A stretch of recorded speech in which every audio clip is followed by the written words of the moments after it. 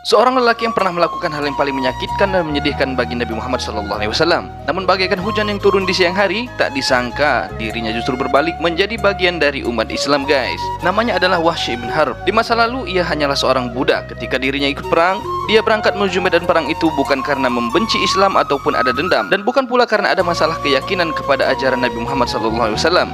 Ia justru melakukannya hanya karena dijanjikan bebas dari perbudakan oleh tuannya. Dalam perang Uhud, ia sangat mengincar satu sosok yang mulia, yang sangat dicintai oleh Nabi Muhammad SAW, yaitu Hamzah ibn Abdul Muttalib, paman tercinta Nabi Muhammad SAW.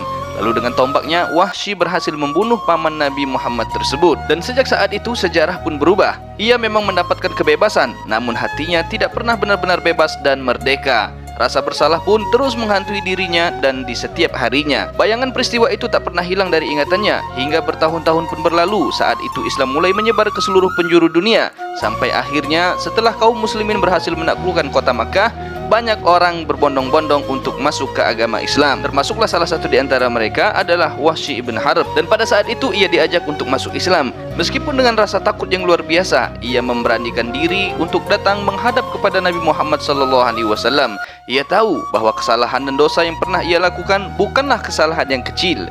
Di hadapan Nabi Muhammad SAW, Wahsy pun bersyahadat, mengucapkan kejujuran dari hati yang paling dalam. Lalu dengan pilu dia menceritakan semuanya. Dan pada saat itu juga Rasulullah mendengarkan cerita dari Wahsy bin Harb, dan dengan keluasan hati yang luar biasa beliau menerima keislaman Wahsy bin Harb tersebut.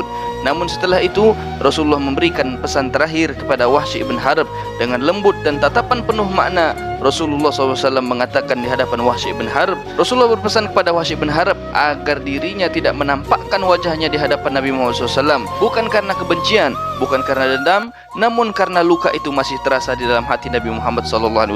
Setiap kali memandang wajah Wahsy bin Harb, Rasulullah selalu terkenang dengan kejadian yang menimpa pamannya yang sangat dia cintai tersebut.